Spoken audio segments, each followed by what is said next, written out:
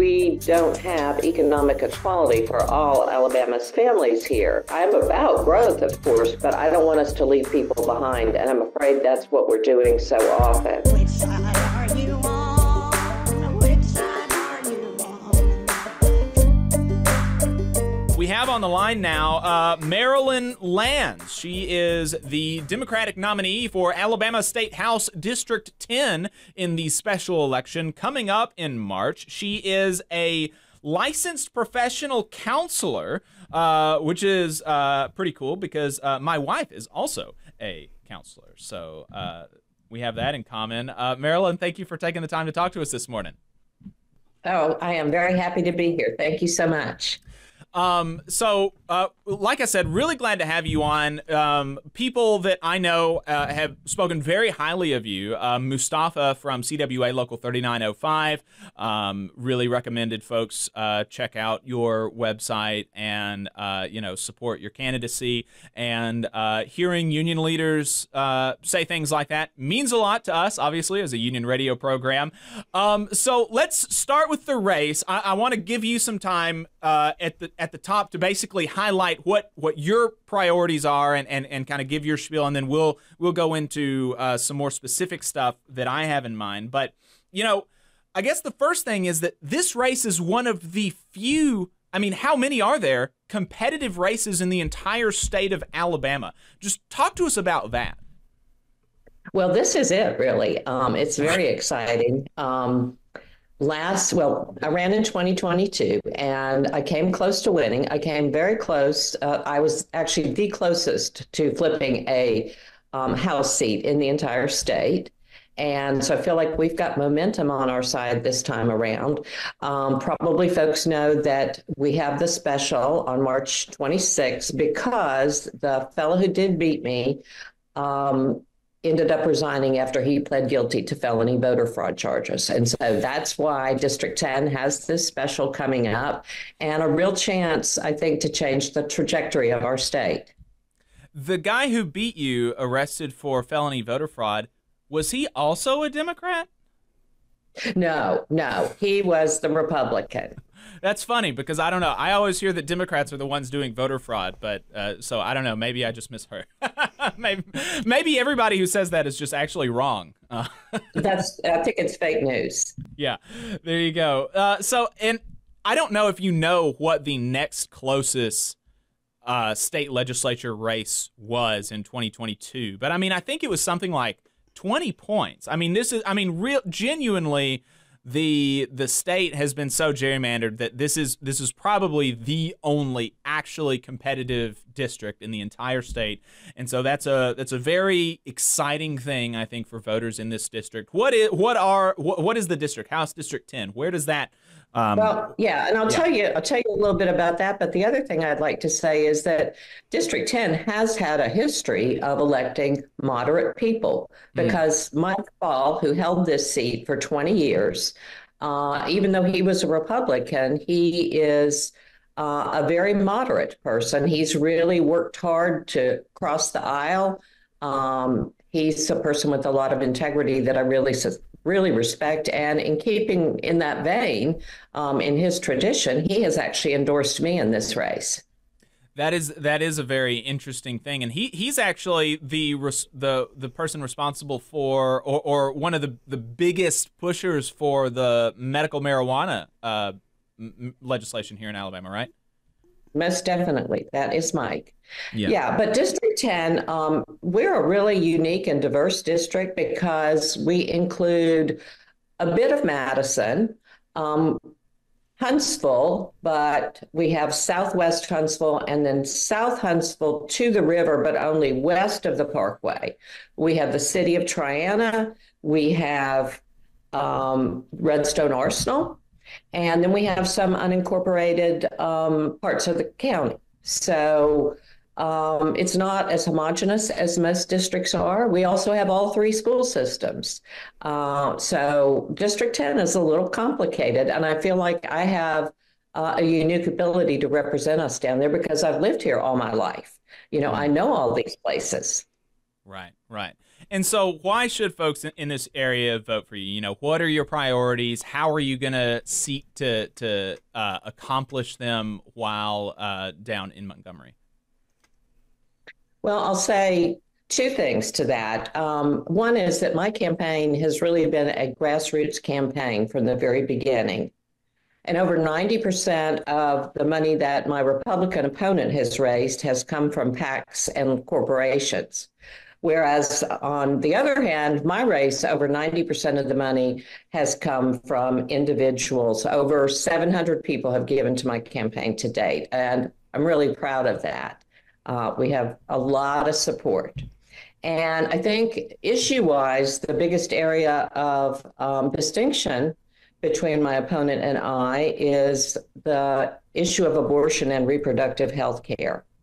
I continue to say that pregnancy is a really complex medical situation, and women need to make their own personal decisions that are best for them and their families. And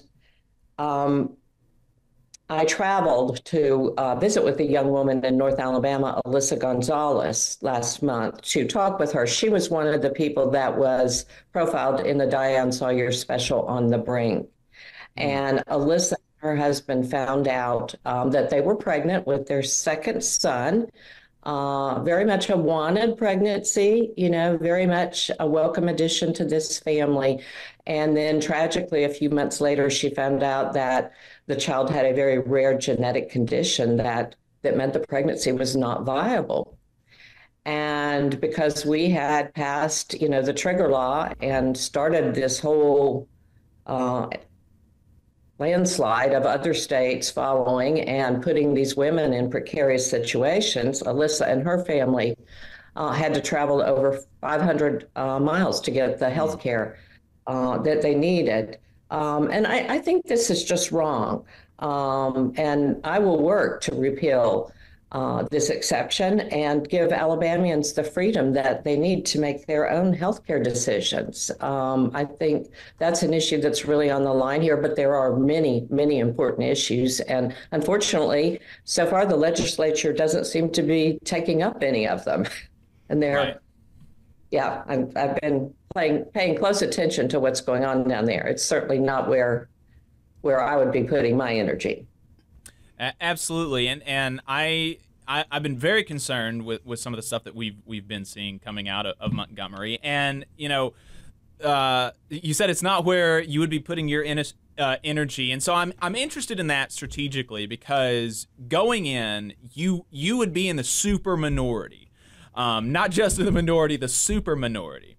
And so how is that going to affect your behavior in office? You know, as I see it, I think there are kind of like two paths that people could theoretically take. And you know, one is being something of a kind of behind the scenes politician who's going to, you know, collaborate with Republicans as much as possible, not make them angry, to try to rein them in, to try to get them to, you know, like, okay, look, they're going to pass whatever they're going to pass.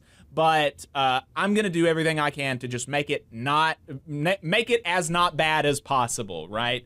Or do you see yourself going down to Montgomery and like preaching Jeremiads, you know, really passionately going after Republicans and even, you know, the Democrats where they deserve it and presenting an alternate vision for Alabama? Which one of those would you see yourself being down in Montgomery?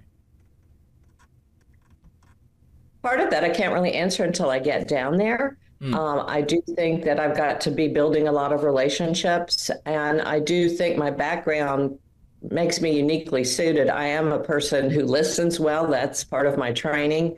I do want to hear about other views and make informed decisions, but I also think we need to call folks out on the fact that they're not really focusing on the important issues that need our attention right now. I mean, we really have big crises, big things at stake, and we're off in a lot of nonsense, I think. And I do think that we have a great delegation up here in Madison County. I think there are other people, you know, in the supermajority that really do care about some of these same things. And I feel like this is a seat we can take right now. We really ought to be able to win this one. And then in 2026, I think we're going to see a lot more change up here in Madison County, Birmingham, Tuscaloosa, maybe even Mobile. So I think that whole trajectory is going to change a lot over the next few years. But I have the things that I am definitely going to be pushing and working and talking with people on both sides of the aisle about. Sharing stories with people, because I think stories are what really change hearts and minds. And I am optimistic that I'll be able to go down with my collaborative spirit and get to know people and try to understand their perspectives, as well as share mine. And I hope to change some hearts and minds. One of the big issues in the state right now is the UAW's campaign to organize the unorganized auto workers. And Alabama is actually, I think, going to be the single largest state in their campaign with our 50,000 auto workers. And, they've seen a lot of success really quickly. Two facilities in the state of Alabama have already hit 30% support, which is really, really quick. Back in one of those is Mercedes, and one of the workers told me that last time they've hit 30% before, but the last time they did, it took almost a year to hit 30%, and they've hit that in a month, right? And now they're closing in on 50%. So the campaign is really moving pretty quickly, and the Business Council of Alabama has announced that they're going to be engaging in a full-scale assault on these workers and their attempt to unionize. This is the same BCA, and the Business Council of Alabama, for folks who don't know, is basically in the same way that, unions are, organizations of workers. The Business Council is the organization of businesses, right, in the state of Alabama, and chambers of commerce and things like this. And the same BCA actually endorsed several Democrats in the last election cycle in 2022. What is your relationship with the BCA? Well, they have not endorsed me. They have endorsed, in the 2022 race, they endorsed my opponent, and they've endorsed my opponent again this time. Gotcha. Would you, if they did endorse you, or if they were to endorse you in the future, would that be something, especially considering their recent actions, that you would refuse? I haven't thought about that. But I will say, I think if they won't endorse at this point. But one of the concerns I have, I think, is that BCA doesn't seem to focus much on small business. And that's been a concern of mine in talking with them. But I firmly believe that labor has worked hard, long and hard, to be able to organize, and that's something we should be able to exercise in this state. And I have a history with labor. It's I have a couple of stories too. One is I was able to work my way through school because I had a job at a grocery store, which was a union job. And so I made more money and I had better benefits than my friends. And that showed me right away the power of a union to be able to provide quality jobs. And I also had a grandfather who was a Teamster. And I can remember as a child, he would sometimes stop over in Huntsville on his way wherever he was going and park his big rig not far from our house. And I remember him teaching me how to get, other truckers to blow their horn at me. And so now whenever I pass a trucker on the interstate, that always makes me think of my Gramps. So I think the labor issue really just resonates with me because of my own personal history with it. I would also just note for listeners that you were endorsed in 2022 by the Alabama AFL-CIO. I don't know if they've made an endorsement in this race, but I wouldn't expect it to. They have? Okay, great.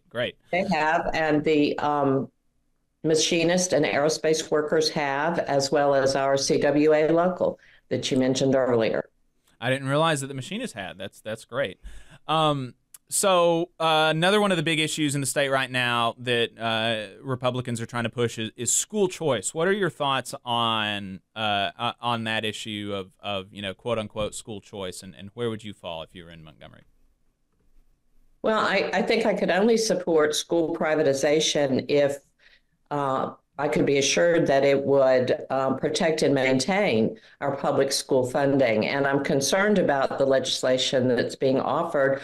One of the things is that it would virtually eliminate the further reduction to our grocery tax, which is an issue I care about very dearly because I feel like, we're one of only a handful of states that tax groceries, and that is a burden to our families here that needs to happen. And the way this is written right now, that eliminates it.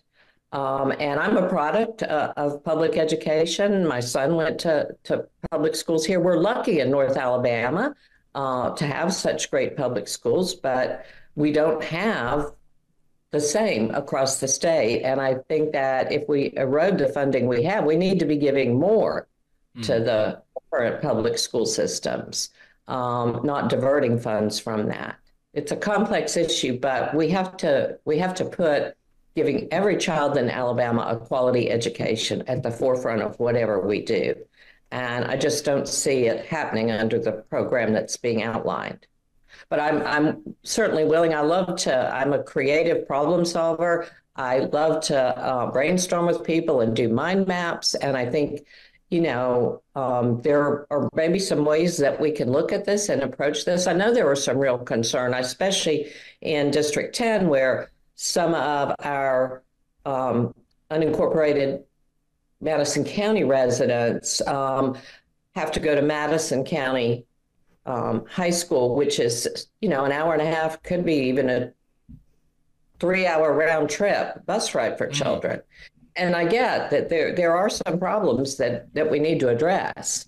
But I don't think what we're looking at right now does enough to ensure that whatever we do to try and fix some of the real problems that there are doesn't affect our current public school funding, which needs to be increased as it is. And we need that grocery tax. We need that grocery tax elimination.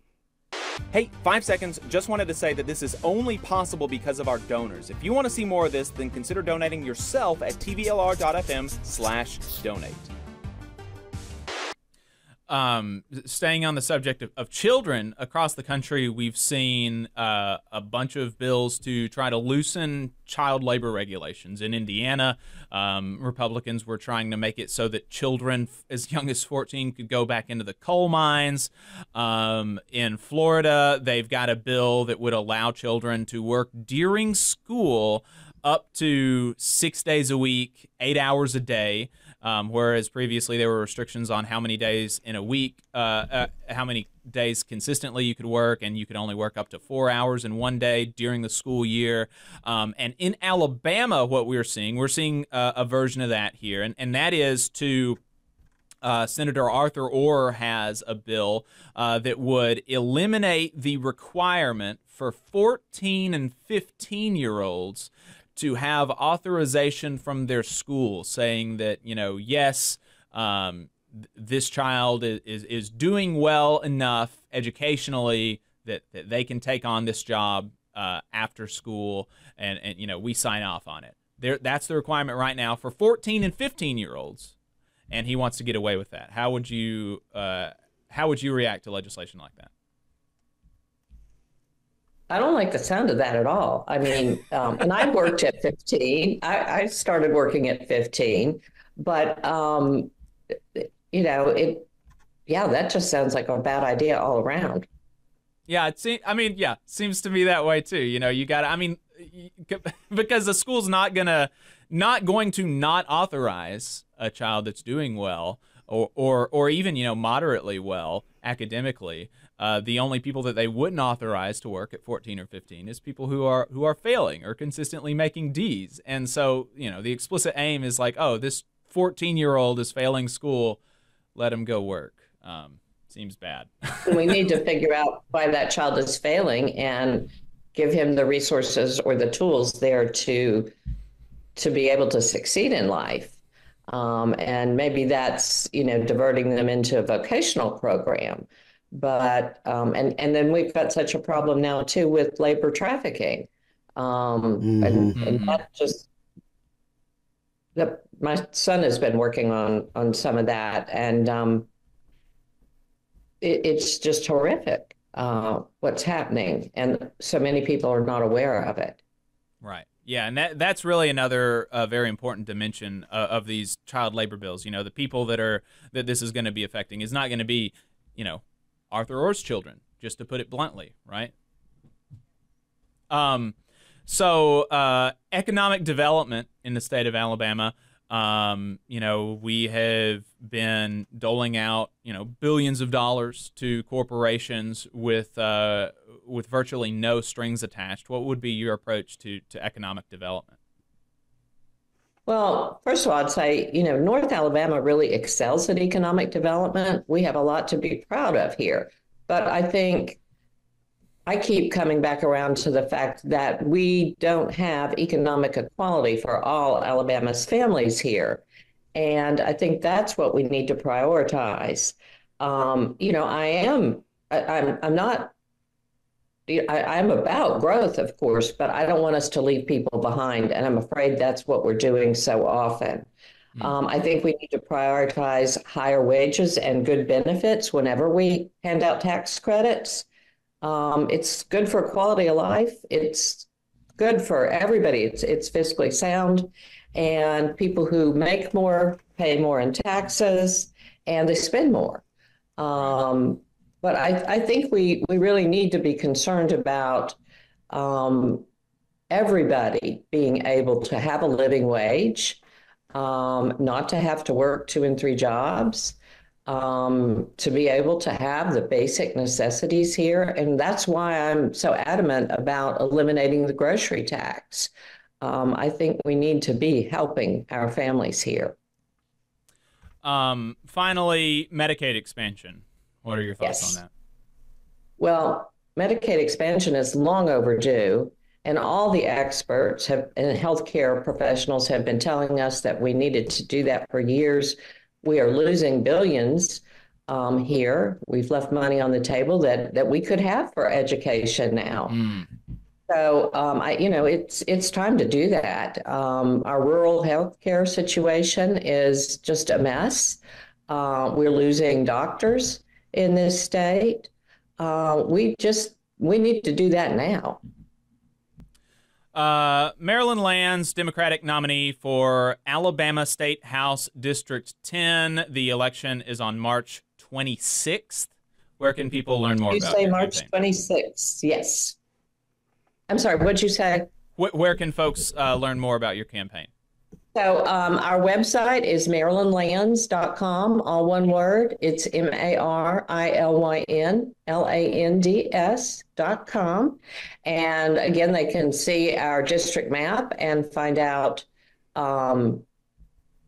if they live there or not. And also they can see how I stand on issues across the board, and also find out ways they can plug in and volunteer and come out and knock doors and help us win this thing. All right. Thank you for your time. I appreciate it. Oh, thank you so much. Enjoyed being here, Jacob. Yep. Good talking. Marilyn Lands, Alabama State House District 10 Democratic nominee. MarilynLands.com is where you can find out more. You just saw a clip from the Valley Labor Report. We are live every Saturday morning from 9:30 a.m. till 12:30 p.m. And we pride ourselves on keeping all of our content free to everybody so that we can talk to as many working folks as possible. If you support the work that we're doing, you think that it's important, you think that it's good, then consider making a monthly contribution to the project, and you can do that on our website, tvlr.fm.